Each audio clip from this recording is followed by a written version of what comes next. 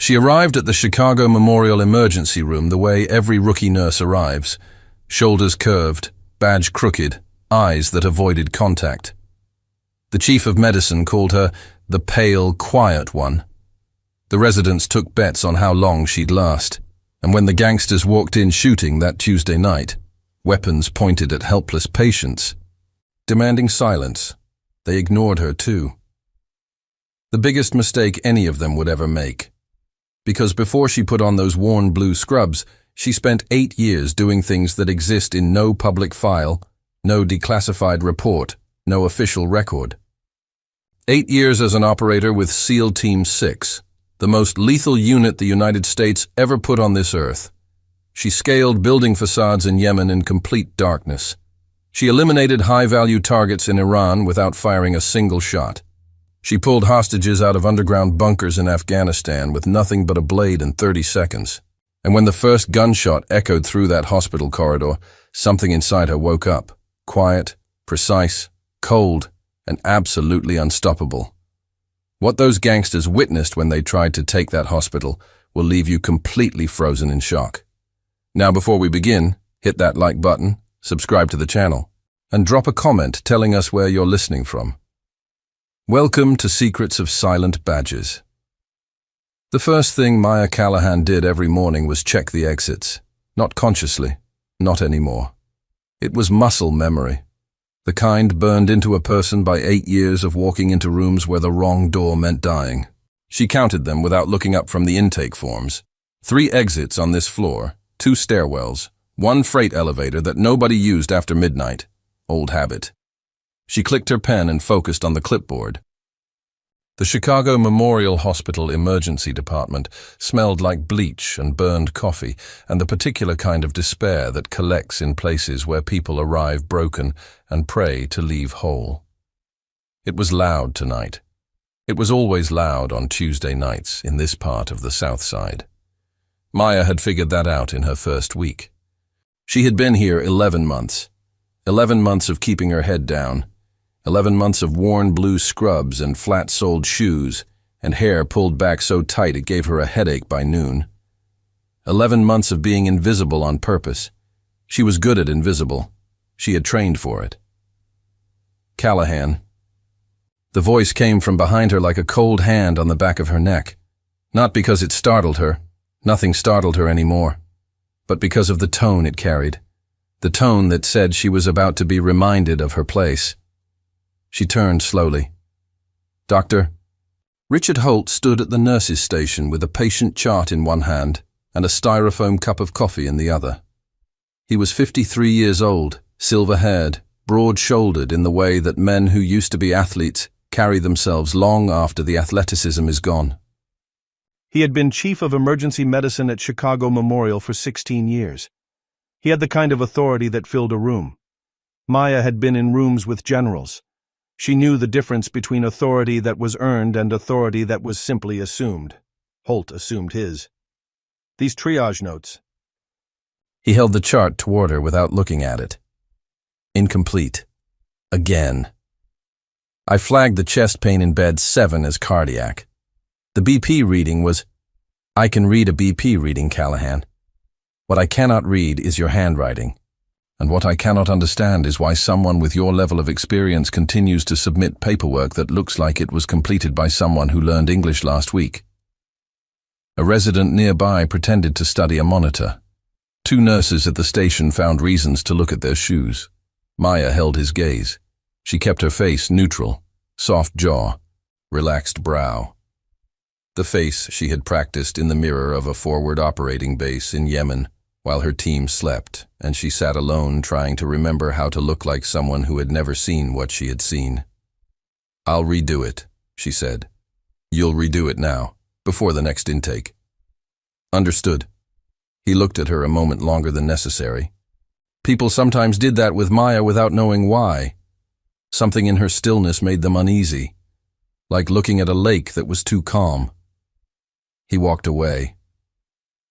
The resident exhaled. A young woman named Torres, first year, sharp, kind in the way that emergency medicine hadn't burned out of her yet, moved to Maya's side. He does that to everyone, Torres said quietly. Don't take it personally. I don't, Maya said, and she meant it. She had been called worse things by people with actual authority. She had been dressed down by a commander in front of 40 operators in the Bagram heat. She had been screamed at in 3 languages in a Karachi safe house while bleeding through a field dressing on her left side. Dr. Richard Holt and his styrofoam cup did not register. She picked up the chart and began rewriting the notes. Her handwriting was fine. It was precise. It was the handwriting of someone trained to fill out reports in the dark, in moving vehicles, in the 30 seconds between actions when documentation meant the difference between a mission debriefed correctly and a mission that disappeared into the classified void. Holt simply did not like her. She had understood that within the first 72 hours. Some people sense things in other people that they cannot name. Holt had sensed something in Maya Callahan, and it made him uncomfortable, and so he had decided to make her uncomfortable in return. It was the oldest dynamic in the world. Maya had no interest in fighting it. She just needed to stay invisible, stay quiet, stay here. Here was the only place that felt close to something like peace, or as close to peace as someone like her was probably going to get. The ED was chaos in a structure she understood: triage, priority, action, reassess. It wasn't so different from a combat casualty situation when you stripped away the linoleum floors and the fluorescent lights and replaced them with dirt and smoke and the sound of rotors. She had been doing this her whole life, just in different rooms. She set the completed chart in the rack and moved to check on bed 7. The man in bed 7 was named Gerald. He was 61, overweight, terrified, and convinced he was dying. He might have been right. His pressure had been irregular on intake, and Maya had flagged it immediately, not because the numbers told her to, but because of the shade of grey around his lips and the way he was breathing through his nose with too much effort. She had seen that look before. Not in hospitals, in fields, in alleys, in the back seats of vehicles that were moving too fast toward bases that were too far away. She had learned to read that look fast. "How are you doing, Gerald?" She pulled the curtain and checked his monitor. "Terrible," he said. "Is the doctor coming?" "He'll be here soon. Try to breathe normally. In through the nose, out through the mouth. You sound very calm for someone standing next to a man who might be having a heart attack." "You're not having a heart attack, Gerald." "How do you know?" "Because your rhythm is irregular but stable. If you were actively infarcting, your pain would be radiating to your left arm and jaw. Is it?" He blinked. "No." "Then breathe." He breathed. She adjusted his oxygen line and made a note on his chart. Gerald watched her with the expression of someone who had expected to be told what they wanted to hear, and instead received information. "You're different," he said. "Am I?" "Most nurses sort of pat your hand and tell you everything is going to be fine." "Everything is going to be fine," Maya said. "But I thought you'd prefer to know why." She left him breathing more slowly. Back at the station, she ran through the rest of the board. 14 active patients, 3 pending labs, 1 surgical consult that Holt had assigned to the wrong attending and hadn't noticed yet. She made a note, but said nothing. Fixing Holt's errors too visibly would cost her more than it was worth. Pick your battles. Another thing she had learned early. In the SEAL teams, you learned fast which hills were worth dying on. In a hospital ED, you learned the same thing, just with fewer literal hills. Torres appeared at her elbow again. "Incoming," she said. 2 GSWs, ETA 4 minutes. Shooter still active in the area. Maya's pen stopped. "Shooter still active," she repeated. "Police scanner. Sounds like a gang thing near Ashland. Could be nothing. Could be more coming in." Could be nothing. Maya set down the pen. She turned very slowly and looked at the ambulance bay doors. Something shifted in her chest. Not fear. She had not felt fear in a long time. Not since the night in a Mosul apartment building when she had been separated from her team and had to make her way through 4 floors of hostile territory using only a suppressed sidearm and what her instructor at Bud S had once called a deeply inconvenient gift for staying alive. What shifted in her chest now was recognition. The feeling of a situation changing shape. She had spent 8 years learning to feel it before anyone else in the room did. The way the air pressure changes before a storm. The way a crowd moves differently when something dangerous is at its edges. The way a room gets quiet in the wrong way. The ED was getting quiet in the wrong way. She scanned without appearing to scan. The automatic doors. The parking structure visible through the ambulance bay windows. The family waiting area where 6 people sat with the tension of people who had been waiting too long and were trying not to think about why. The radio at the security desk crackled. The guard, a man named Pete who was 58 years old and had bad knees and read paperback thrillers during the slow hours, leaned toward it. Maya was 12 feet away, and she heard it clearly. Units responding, suspect vehicle, dark blue Suburban, heading south on Ashland toward... Pete turned the volume down. Maya looked at the ambulance bay doors. Dark blue Suburban. She had ridden in dark blue Suburbans for 6 years. She knew exactly what they were used for in environments like this one. She knew the sight lines from a vehicle like that to a building like this. She knew how many people fit comfortably in the back seats when those people were carrying weapons under their jackets. She knew things she was not supposed to know anymore. The ambulance bay doors burst open. 2 paramedics came in fast with a gurney. Male, late 20s, 2 gunshot wounds to the torso, conscious and terrified. Behind them a second gurney. Female, early 40s, shoulder wound, screaming. And behind the second gurney, walking through the open ambulance bay doors before they could swing shut, unhurried, deliberate, spread across the entrance like they owned the space they moved through, came 4 men in dark jackets. They were not patients. Maya knew that before any of them reached into their jackets. She knew it from the way they walked, the spacing between them, the way their eyes swept the room in a pattern she recognized from 2 continents and a decade of studying people who entered spaces with violence already decided. She had done exactly what they were doing now. Entered rooms, controlled them, eliminated variables. Her hands were very still at her sides. Somewhere behind her, Torres said, "Oh God," and someone knocked over a tray of instruments, and the sound of metal hitting linoleum echoed sharp and bright through the suddenly silent emergency department. The man at the front, broad, close-cropped, a scar running from his left ear to the edge of his jaw, raised what was under his jacket. "Nobody move," he said. "Nobody call anybody, and nobody does anything stupid." He looked around the room. His eyes moved across doctors and nurses and patients and visitors like he was cataloging furniture. They moved across Maya Callahan. They moved on. She exhaled once. Slowly. Her right hand drifted to the supply cart beside her. Her fingers closed around the edge of it without gripping. A light touch. The kind you learn when you need your hands ready without signaling that your hands are ready. She had spent 8 years being the most dangerous thing in rooms that didn't know she was there.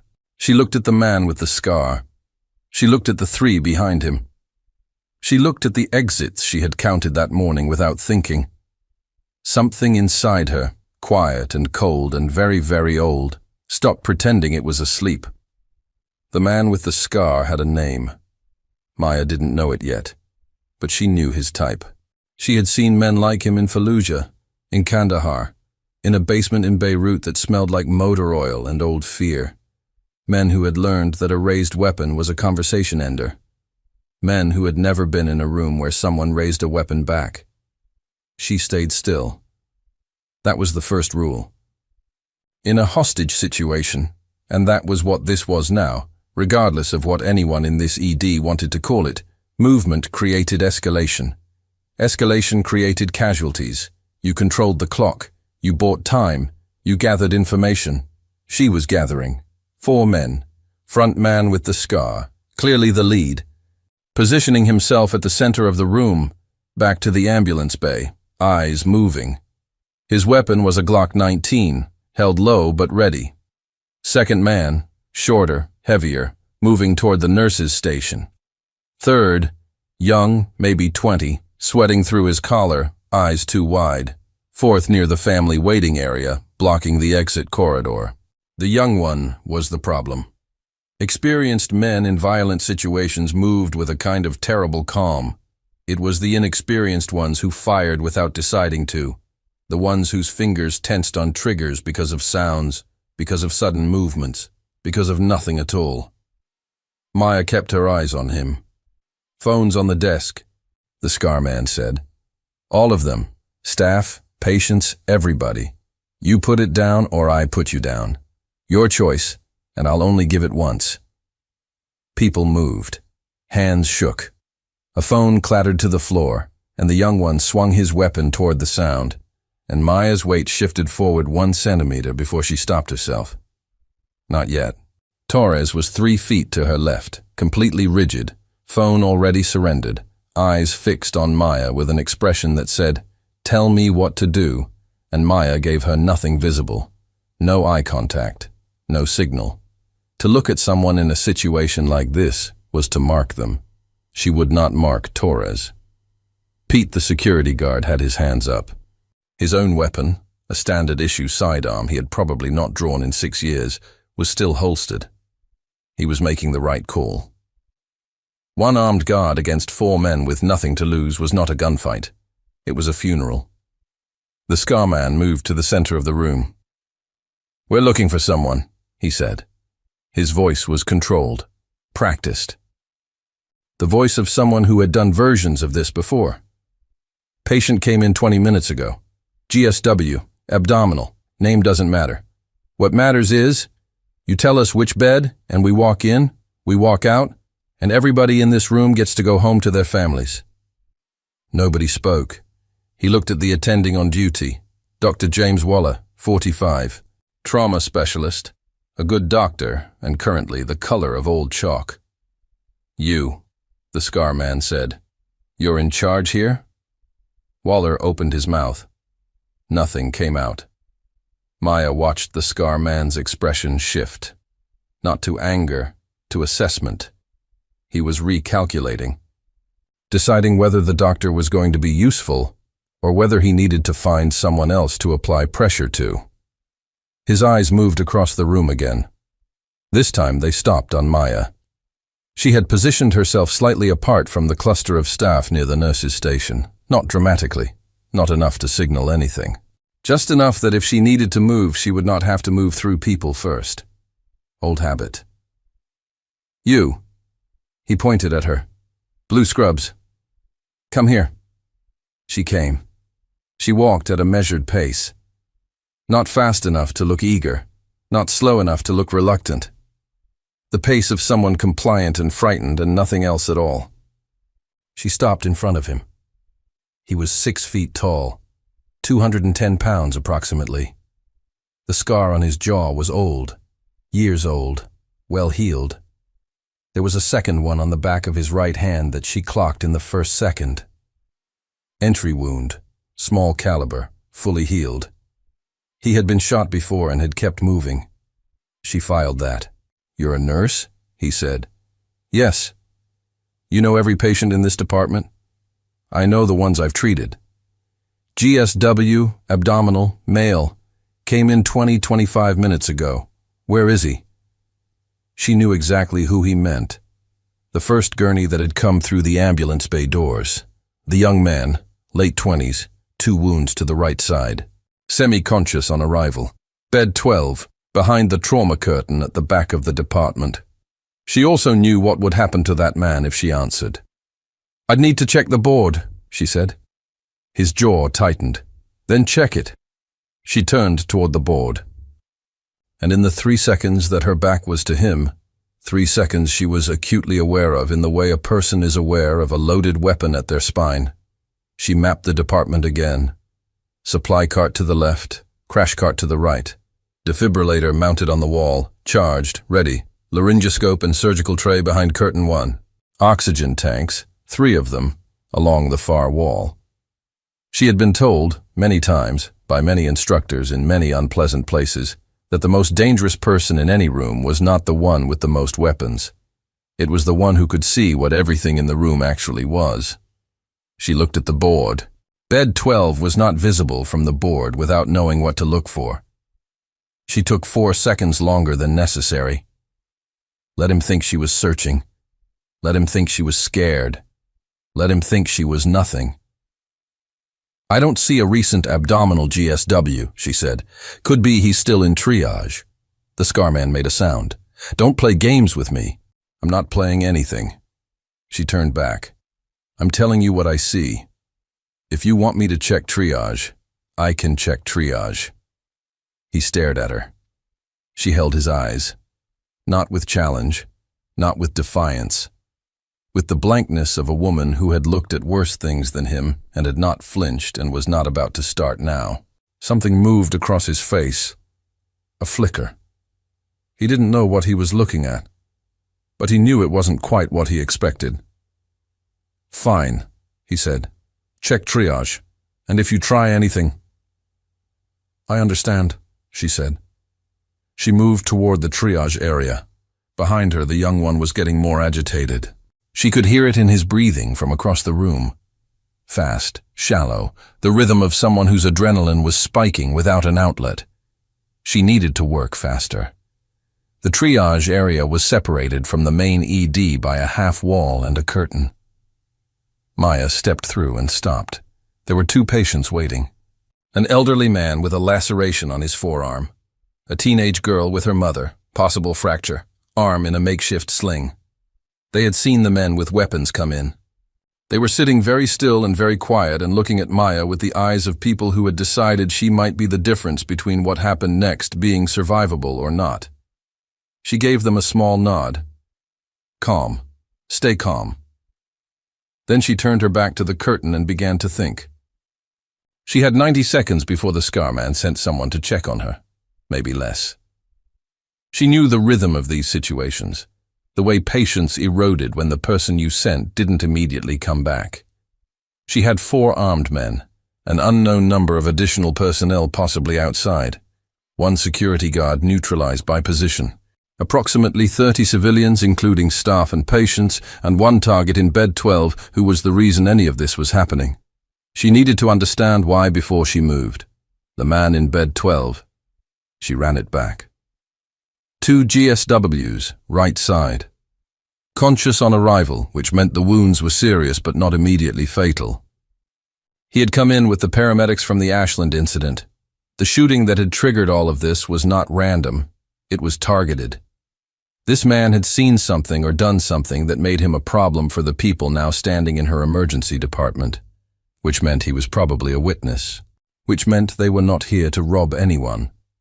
They were here to execute someone in a hospital bed. That changed everything. You could negotiate with people who wanted money or wanted to escape. You could not negotiate with people who had a job to finish and no reason to leave anyone alive who could identify them. She had 60 seconds now. She looked at the triage cart.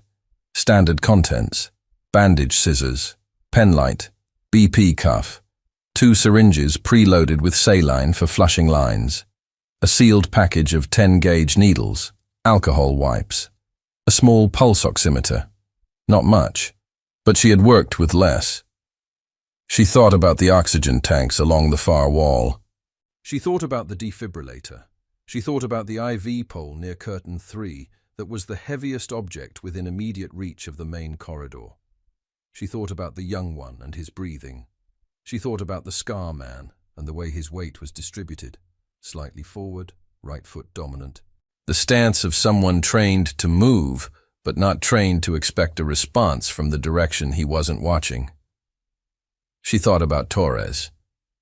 Torres was smart, and she was calm under pressure, and she was standing approximately 6 feet from the secondary exit that led to the stairwell. Maya reached into the triage cart. She removed the bandage scissors, heavy, blunt-tipped, but solid, and put them in her left scrub pocket.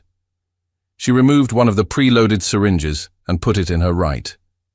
Saline was not a weapon, but a needle entering a precise point on a nerve cluster in a wrist was a very effective way to make a hand release whatever it was holding.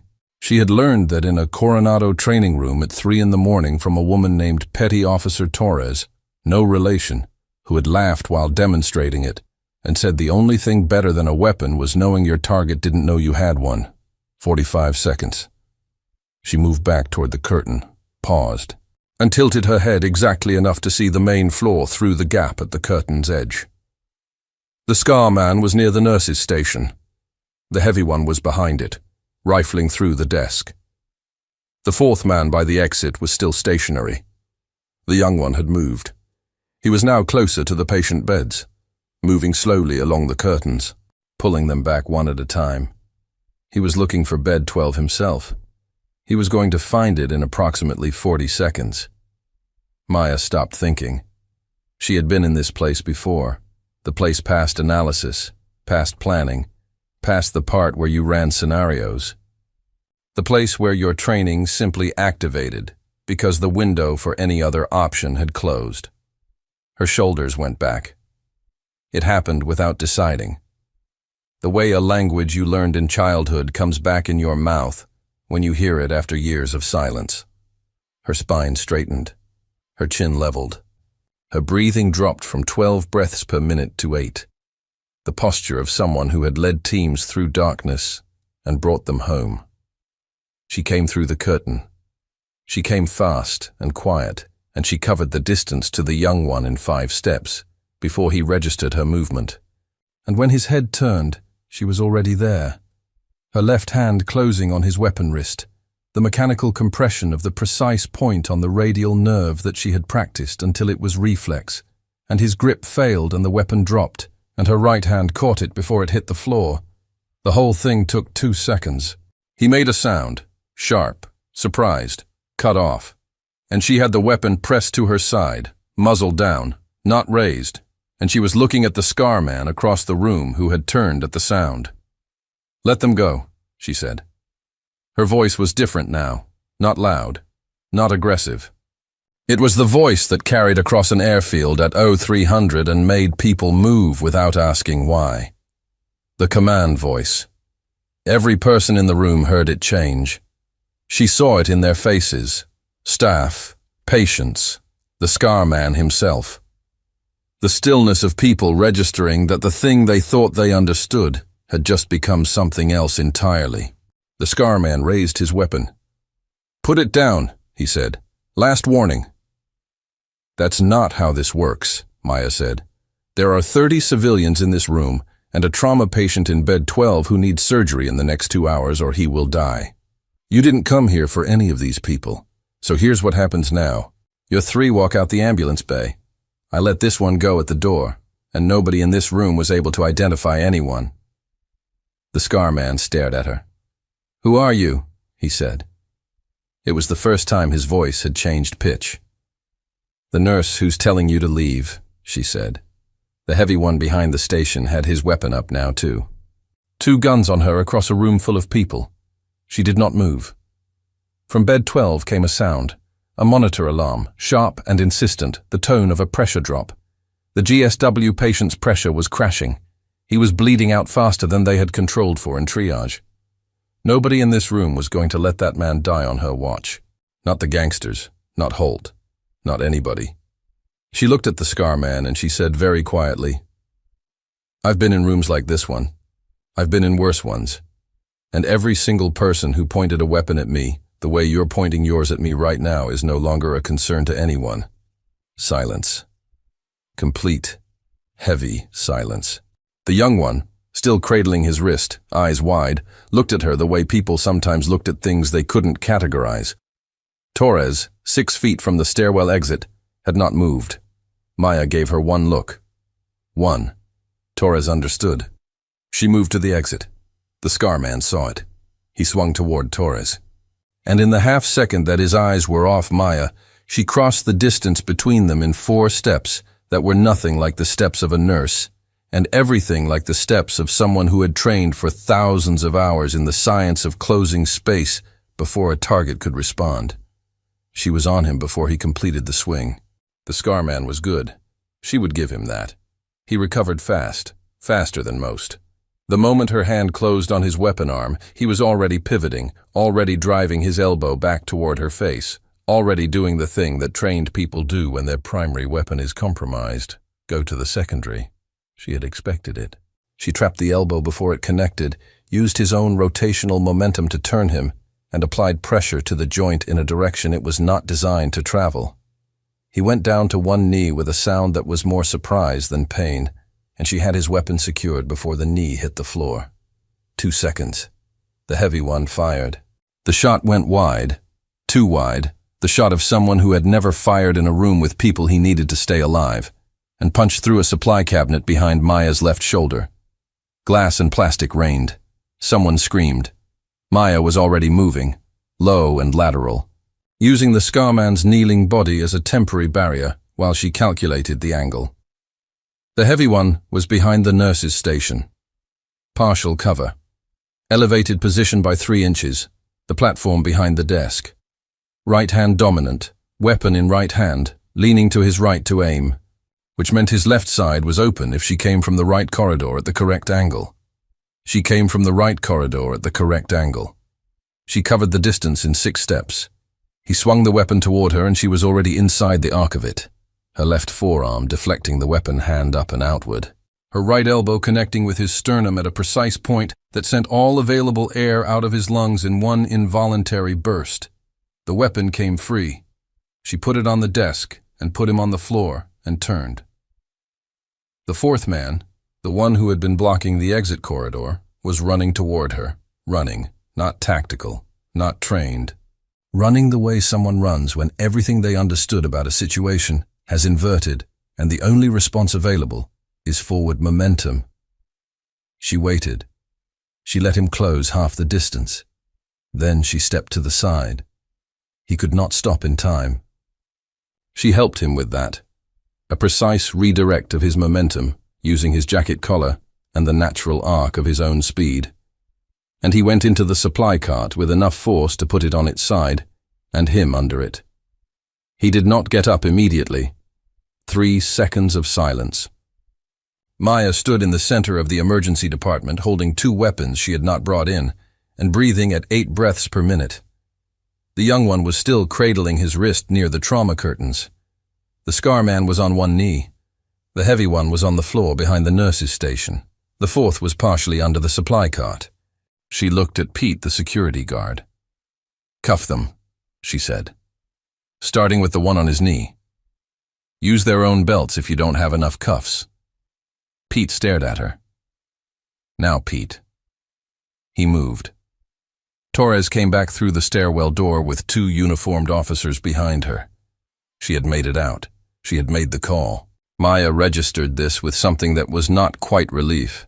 She had calculated Torres would make it, but was adjacent to it. The officers took in the room, the scar man on his knee, the heavy one on the floor, the overturned cart. One of the officers, young, hand on his holster, looked at Maya.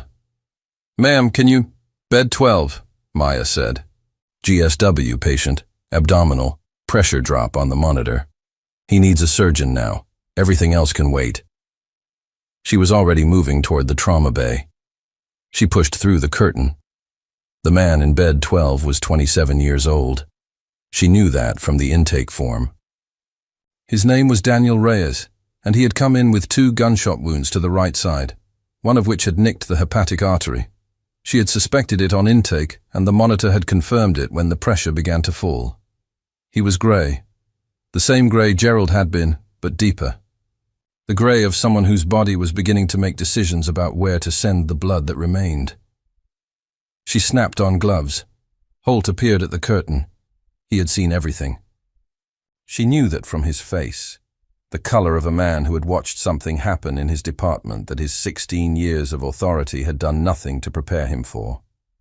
He stood in the opening of the curtain and looked at Reyes. He looked at the monitor.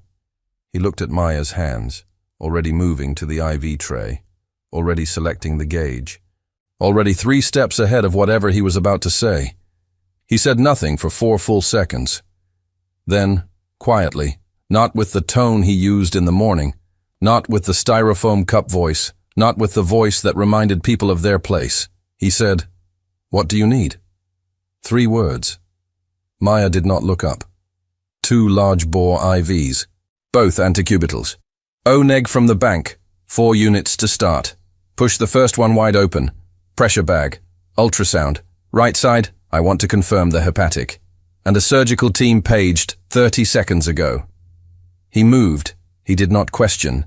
He did not redirect. He did not stand in the doorway deciding whether her assessment warranted his attention. He moved with the efficiency of a man who had just watched someone disarm 4 armed men with their bare hands and had recalibrated in the space of those 4 seconds everything he thought he knew about the woman he had been dismissing for 11 months. Maya began the IV access. Left antecubital first, large bore, 14 gauge, seated on the first attempt because her hands did not shake. They had not shaken in years. Right antecubital second, same result. Torres handed her the first blood unit without being asked. Pressure bag, Maya said. It appeared. She ran the blood in fast and reached for the portable ultrasound with her free hand. She positioned the probe on Reyes's right upper quadrant and looked at the screen. There. Free fluid around the liver, significant. The hepatic artery was bleeding into the abdominal cavity and had been doing so since before he arrived. The pressure drop on the monitor was not a spike, it was a trend. He had been bleeding for 40 minutes. Surgical team has 12 minutes, she said. We need to keep his pressure above 80 systolic for 12 minutes. That means volume in and no more drops. She checked the IV line. She checked the monitor. She checked Reyes's pupils, equal, reactive, slightly sluggish. He was holding. Barely. You're going to be okay, she told him. He was not fully conscious. But she said it anyway. She had learned that. In places where medicine was performed in conditions that had no business supporting life, she had learned that the voice of a person who believed what they were saying could reach someone whose body was deciding whether to keep fighting. She believed it now. She was going to make sure it was true. Maya stayed with Reyes until the surgeons took over. She backed out of the trauma bay and stood in the corridor and allowed herself exactly 4 seconds of stillness. 4 seconds of not being in motion, not calculating, not moving. Then she pulled off her gloves. A hand touched her shoulder. She moved before she registered who it was, a quarter turn, weight forward, and stopped. It was Torres. Sorry, Torres said, stepping back. Sorry, I should have. It's fine, Maya exhaled. It's fine. Are you okay? Am I okay? Torres stared at her. Maya, you just, with 4 of them, you just, are you okay? Maya said again, firmly, kindly. Torres blinked. Yes, yeah, I'm okay. Good. She looked at the main floor. The uniformed officers had the 4 men secured. Additional units had arrived. The ED was loud again, the loud of aftermath, of people processing, of voices overlapping as everyone spoke at once because that was what people did when the silence finally broke. A detective had arrived. She could see him near the nurses' station, notebook already open, moving through the staff systematically. She watched him for a moment. He would get to her. She needed to decide what she was going to say when he did. She thought about that for exactly as long as she allowed herself to think about things she could not yet control. Then she went to check on Gerald. Gerald was fine. His rhythm had stabilized while nobody was watching, and he was sitting up in bed eating crackers from the small packet Maya had left him, and watching the situation in the main ED with the alert fascination of someone who had paid for a movie and was getting considerably more than advertised. That was you, he said when she came in. Out there. How are you feeling, Gerald? That was absolutely you. I saw through the curtain gap. You moved like... He paused. I was in the Army, 79th Infantry, a long time ago. I know how people move who've been trained to move that way. He looked at her. Who are you, sweetheart? Someone who's very glad your rhythm stabilized, she said. She checked his monitor. His pressure was steady. His color was better. The grayness around his lips was gone. You saved that man's life, Gerald said, the one they were after. The surgeons are saving his life. You bought them the time to do it. She made a note on his chart. Gerald, she said, When the detective comes to take your statement, tell him everything you saw. Don't minimize it. What happened in this department tonight is going to matter for that young man's case. Gerald nodded. Then he looked at her again, steady and serious. The look of a man who had been young and trained, and had never quite stopped being that thing underneath everything else he became. Thank you, he said, whatever your name actually is. She left him to his crackers. The detective's name was Carver. He found her in the supply room 3 minutes later.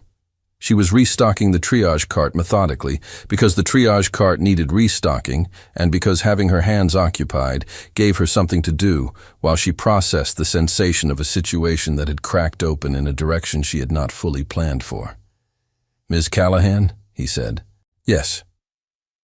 He was around 50.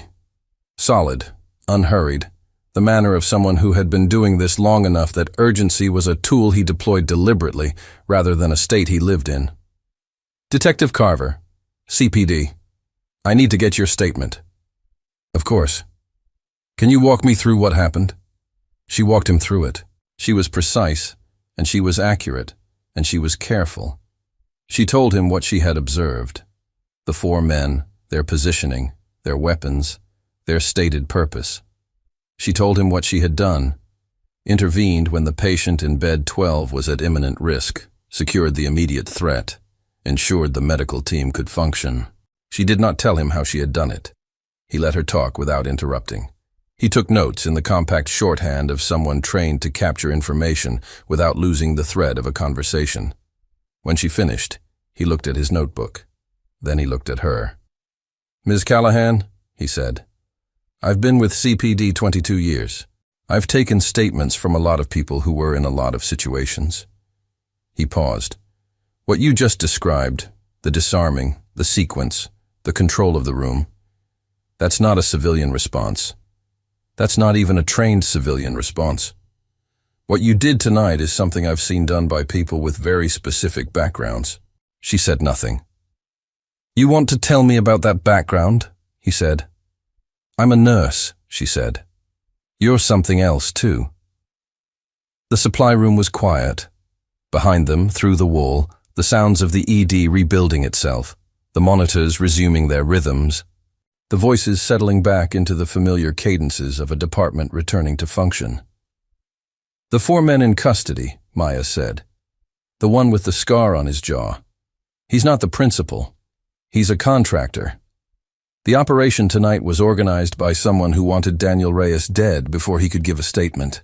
You need to find out who Reyes was going to talk to and work backward from there. The contractor won't give you the principal willingly, but the young one will. He's scared and he's not committed and he's going to want a deal before morning.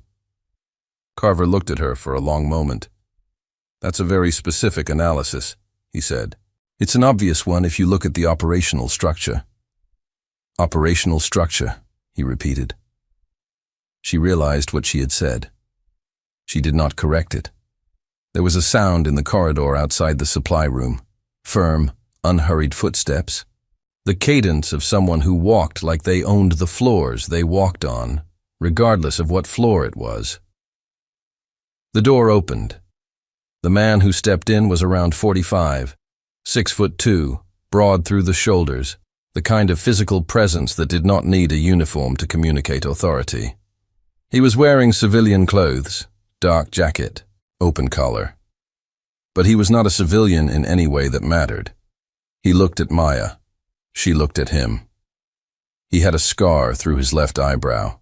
She had given it to him. Not maliciously.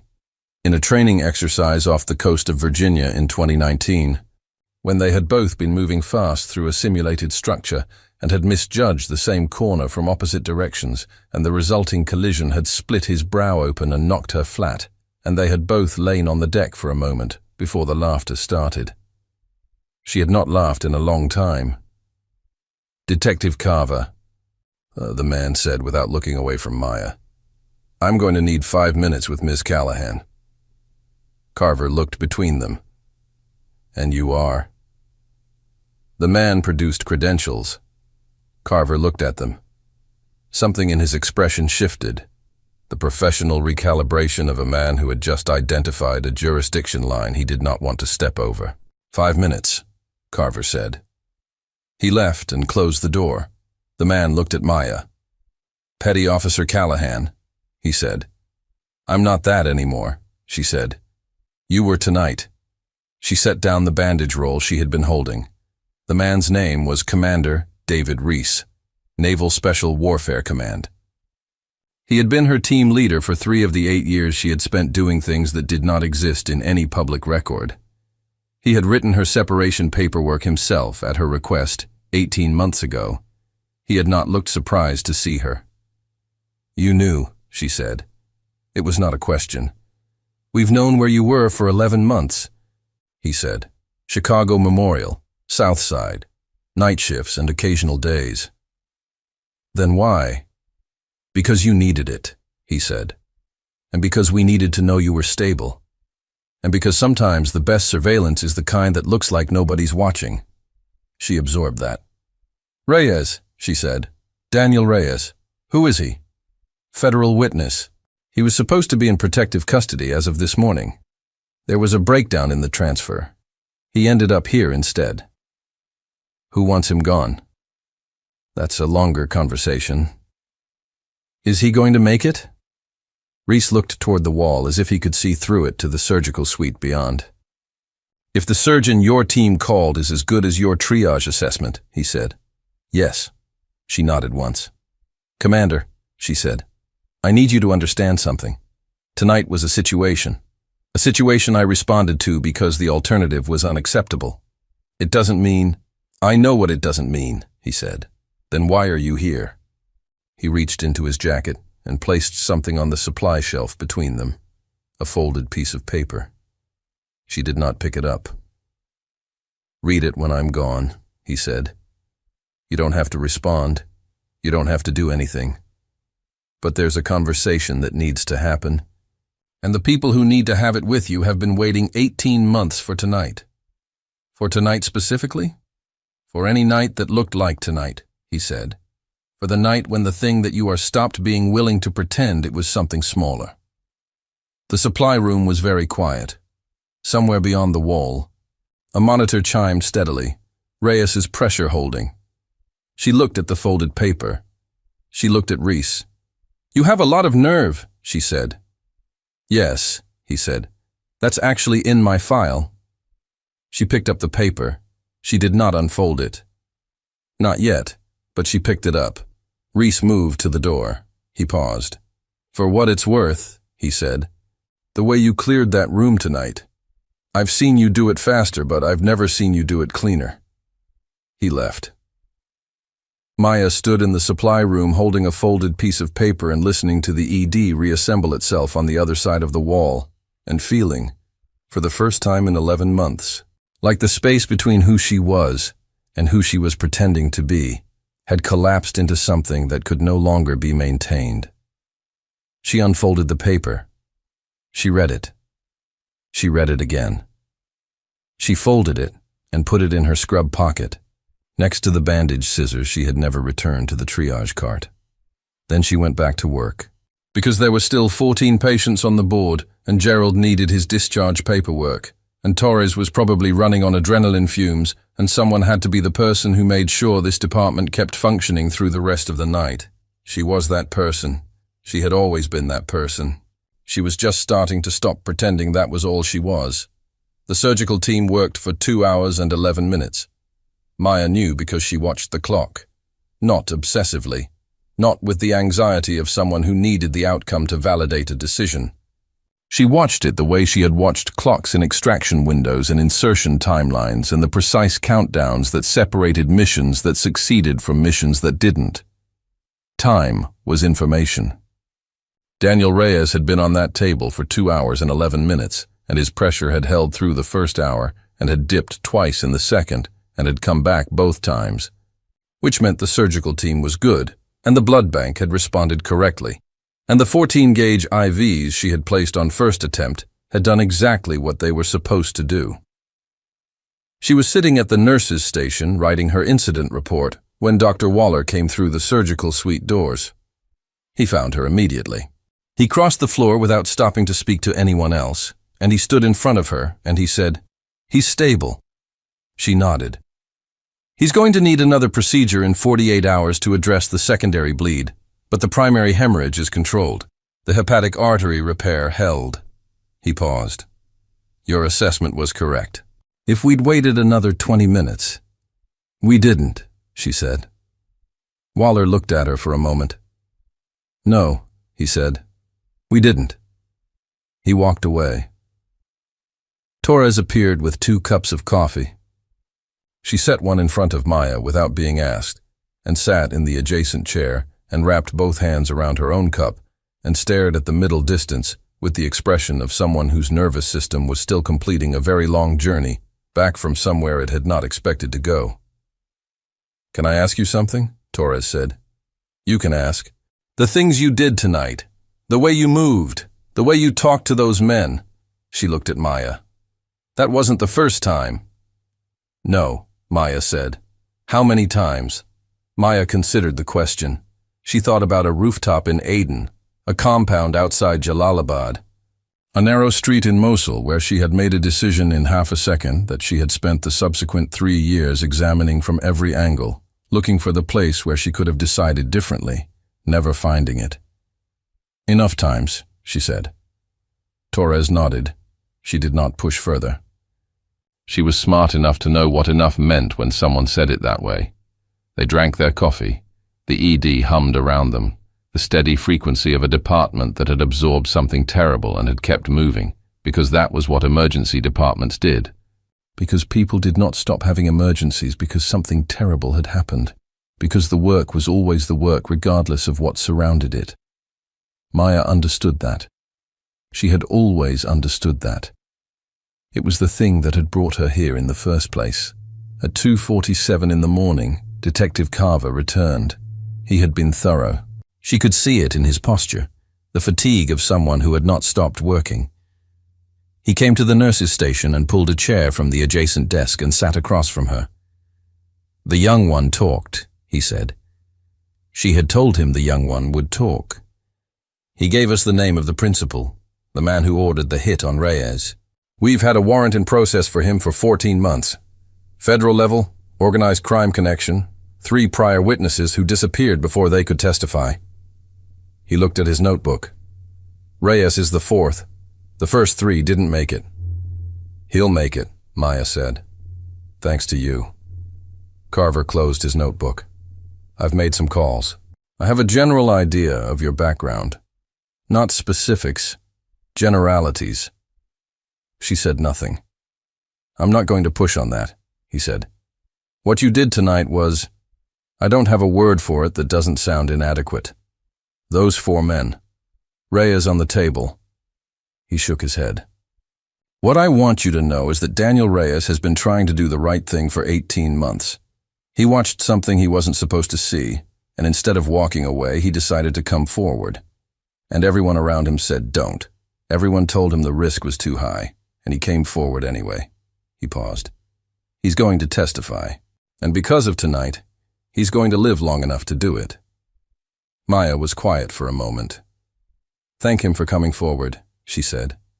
"When he's awake." Carver looked at her. "You could tell him yourself." "Maybe," she said. He stood, extended his hand. She shook it. "If you ever want a career change," he said, "CPD has a consultancy program." She almost smiled. "I'll keep it in mind," she said. He left. The paper was still in her scrub pocket. She had read it 4 times now, not because the words changed, because she was still deciding what they meant, what she was willing to let them mean. The paper was not an order. Reese had been careful about that. It was an invitation. A request to attend a meeting. No rank, no obligation, no implication of what came after. Just a date, a location, and a line at the bottom that said, "Whatever you decide, we'll respect it." That's a promise, not a protocol. She had spent 18 months trying to become a smaller version of herself. She had chosen the scrubs for exactly that reason. She had chosen the South Side for exactly that reason. She had chosen the night shifts and the overworked trauma bay, and the patients who came in broken and needed someone to focus on them rather than on herself. It had worked. For 11 months it had worked. For 11. But something had happened tonight that she had not planned for. She had been good at it, not good at hiding, good at the work, good at the nursing, the actual work of keeping people alive in the hours when the margin between staying and leaving was measured in minutes and milliliters, and the application of knowledge that not everyone had. She had always known she was doing it competently. She had not expected to discover that she was doing it with something that felt like purpose. The automatic doors opened. She looked up. Commander Reese came through, and behind him, 2 steps back. The instinctive positioning of people trained to read rooms before entering them. Came 3 others. 2 men and a woman, all in civilian clothes. All carrying themselves with the economy of movement that she recognized the way a person recognizes their native language. Operators. She knew 2 of them. She knew.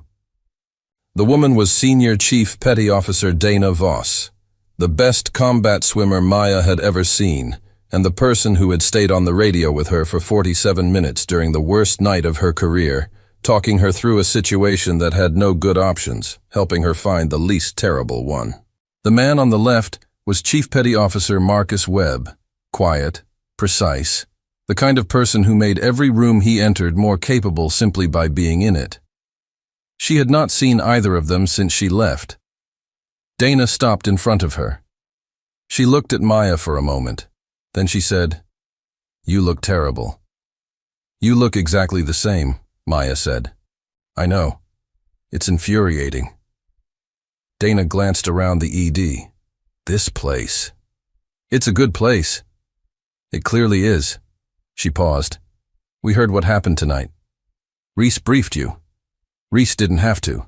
Webb tracked the police scanner from the moment the call came in." Dana looked at her. "We came because we wanted to, not because anyone told us to." Maya looked at Webb. He nodded once. She looked at the third person, a young man she didn't recognize, early 30s. The stillness of someone newer to the work, but learning it correctly. "Who's this?" she said. "Petty Officer James Cole," Reese said. "Team 3. He came because—" He glanced at Cole. Cole looked at Maya steadily. "Because I trained for 2 years with instructors who kept saying there's one benchmark you should know about," he said. "One standard for how to move in a room, how to read a situation, how to make a decision when there's no good option and someone's going to get hurt regardless." He paused.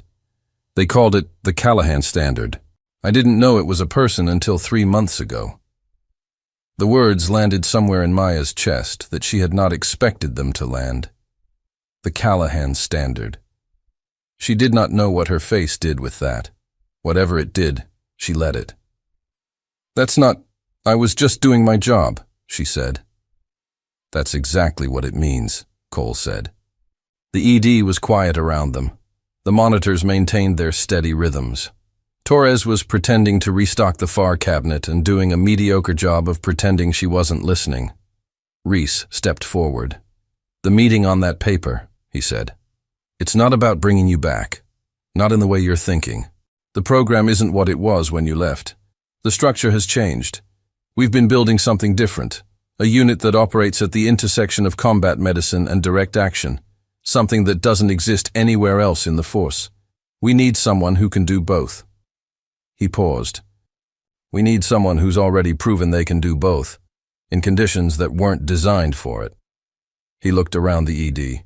"Tonight proved it again," he said. "But you proved it the first time a long time ago." Maya was quiet. She looked at the nurses' station. At the board, with its 14 names, down to 6 now, as the night had progressed, and patients had been moved, or discharged, or transferred. At the supply cart she had restocked. At the chair where Gerald had sat, now empty, Gerald having been discharged an hour ago with a referral to a cardiologist and a firm instruction to take his medication. He had shaken her hand on the way out. Both of his hands around hers, the grip of a man who had been in the army a long time ago and had never stopped knowing how to say thank you without saying it. She thought about that. She thought about Reyes on the table. About the 47 minutes on the radio with Dana during the worst night of her career. About Torres moving to the exit on a single look. About Gerald saying whatever your name actually is. She thought about the Callahan Standard, delivered by a young man who had trained to it without knowing her name. She thought about a folded piece of paper in her scrub pocket. She turned to Reese. The unit, she said. The structure, the intersection of medicine and direct action. She chose her words precisely. Are there beds? He looked at her. Are there beds for patients in this unit? Is there a medical component that actually treats people? Or is it purely operational? Both, he said. The model requires both. Then I need to ask Torres a question, she said. Everyone looked at Torres. Torres turned from the supply cabinet with absolutely no pretense of surprise. Me? She said. You, Maya said. If I'm not here for a period, an undefined period, possibly extended. This department, the overnight staff, the triage protocols, it functions without me? Torres stared at her. Maya, she said slowly. You've been here 11 months. I know. You're a floor nurse. I know what I am. Torres looked at the 4 people in civilian clothes who had walked into the ED in the middle of the night and were standing in a loose formation that Torres, who was sharp and had been watching all of it, clearly understood was not accidental. She looked at Maya. This department, Torres said, has functioned without adequate staffing for 3 years. If you leave, we cover. We always cover. She paused. But I want you to know something. What? I've worked with a lot of nurses. I've worked with attendings and fellows and chief residents and people with every credential there is. She held Maya's gaze. You are the best I've ever seen. Not the most credentialed. The best. And I think you know that the reason you're the best is not separate from whoever those people are and whatever it is you actually do. She paused again. So go do it. And come back when you can. Maya looked at her for a long moment. I'll be back, she said. I know, Torres said. I'll hold your locker. Footsteps in the corridor, heavy, deliberate. Holt appeared at the edge of the nurses' station. He had changed his coat. The one from earlier, the one he had been wearing when he told her the paperwork looked like someone who learned English last week, was gone. This one was fresh. It was the only thing about him that was. He looked tired in a way that had nothing to do with the hour. He looked at Reese, at Dana, at Webb, at Cole. He took a breath. Then he looked at Maya. Callahan. His voice was different. Not soft. Holt was not a soft man, and was not going to become one overnight. But the assumption was gone from it. The thing that filled rooms without being earned. Gone. I owe you an apology. The nurses' station went very still. Torres stopped pretending to restock. 11 months, Holt said. 11 months I treated you like a liability, like someone who didn't belong in my department. He paused. You were the most qualified person in this building the entire time. And tonight, what you did tonight, kept this department standing, kept my staff alive. Another pause. Shorter. I was wrong about you. I was wrong from the first day. Maya looked at him. She let the silence sit for exactly as long as it needed to sit. Yes, she said. You were. She did not say it to wound him. She said it because it was true, and because she had spent 11 months absorbing his contempt without flinching, and because the least she could do now was let the accounting be accurate. Holt nodded once. It was the nod of a man who had earned the response he received and knew it. He looked at Reese. Whatever she needs, he said, from this department, whenever she needs it. That's not a professional courtesy. That's a debt. He walked away. Torres exhaled. Okay, she said quietly, that I did not see coming. Neither had Maya, but she let it land where it landed and turned back to Reese. She reached into her scrub pocket. She took out the folded paper, and she unfolded it one more time and she looked at it. The date, the location, the line at the bottom, and then she folded it again. "The meeting," she said. "Yes. I'll be there." She saw something move across Reese's face. Not relief exactly, because he was not the kind of person who showed relief, but something adjacent to it. Something that looked like a man who had driven a long way in the dark and had just seen the thing he was driving toward. Dana exhaled quietly. Webb nodded once. Cole looked like someone who had just added a footnote to the story he had been trained on. Maya looked at the board one more time. 6 patients remaining. 3 requiring monitoring, 2 pending discharge, 1 awaiting a consult that would not arrive until morning. The overnight attending would cover. The department would function. She took off her ID badge. She looked at it, the photo taken 11 months ago in the HR office. The woman in it, with her shoulders slightly curved and her eyes giving away nothing, and her face arranged in the careful approximation of someone ordinary. She had done good work here. She had kept people alive in this place with everything she had, more than this building had known she had, more than Holt had known she had, more than anyone who had called her the pale, quiet one had known she had. Every hour of it had mattered. She set the badge on the nurse's station. She looked at Torres. April Chen in bed 4 needs her pressure rechecked at 400. Her systolic has been creeping. If it goes above 140, call Waller. Got it, Torres said. The consult for bed 2 is Dr. Okafor. She'll want the full imaging from intake, not just the summary. Pull the raw files. Got it. And the coffee in the break room is terrible. It has always been terrible. I don't know why nobody does anything about it. Torres smiled for the first time in several hours. We're used to terrible coffee, she said. We're an ED. Maya almost smiled back. She turned. Reese held the door. She walked through it. Outside, Chicago was the dark of 4 in the morning. Not the deep dark of earlier in the night, but the beginning of the shift back toward dawn. The sky above the south side carrying the faint suggestion of something that was not yet light, but was no longer fully the absence of it. She stopped on the sidewalk, breathed the cold air. Dana came to stand beside her. You okay? Dana said. I've been asked that a lot tonight. And Maya thought about it. She thought about the scrubs she was still wearing, the bandaged scissors still in her pocket. 11 months of nights in a building that had never known what it was harboring. She thought about Gerald's hands around hers, about Reyes's pressure holding on the table, about a young operator trained to a standard with her name on it.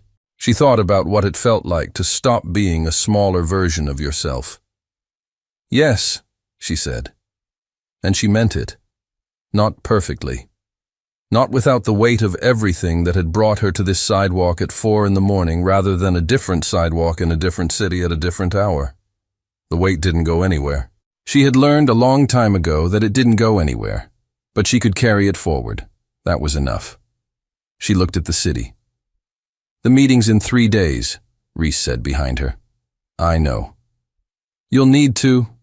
Reese, she said. Yes. Give me 30 seconds. He was quiet. She took 30 seconds. She stood on the sidewalk outside Chicago Memorial Hospital at 4 in the morning, and she took 30 seconds that belonged entirely to her, to the woman who had crossed rooftops in the dark and pulled people from places where nobody else was coming, and had then put on worn blue scrubs and spent 11 months reminding herself that small could still mean useful, that invisible could still mean present, that a person who had done extraordinary things could choose ordinary things and find meaning there too. She had found it. She would carry it with her. The 30 seconds ended. She turned. Okay, she said. Let's go. They walked into the Chicago dark together. Behind them, through the glass of the ambulance bay doors, the Chicago Memorial ED kept its lights on, kept its monitors running, kept its staff moving through the work that never stopped. Torres refilled the coffee. It was still terrible. Some things didn't change, but some things did. The end. If this story left you breathless, hit that like button right now and let us know in the comments where you're listening from. Your support is what keeps these stories alive. If you're new here, subscribe to the channel and ring that bell. You don't want to miss what's coming next. Welcome to Secrets of Silent Badges. We'll see you in the next story.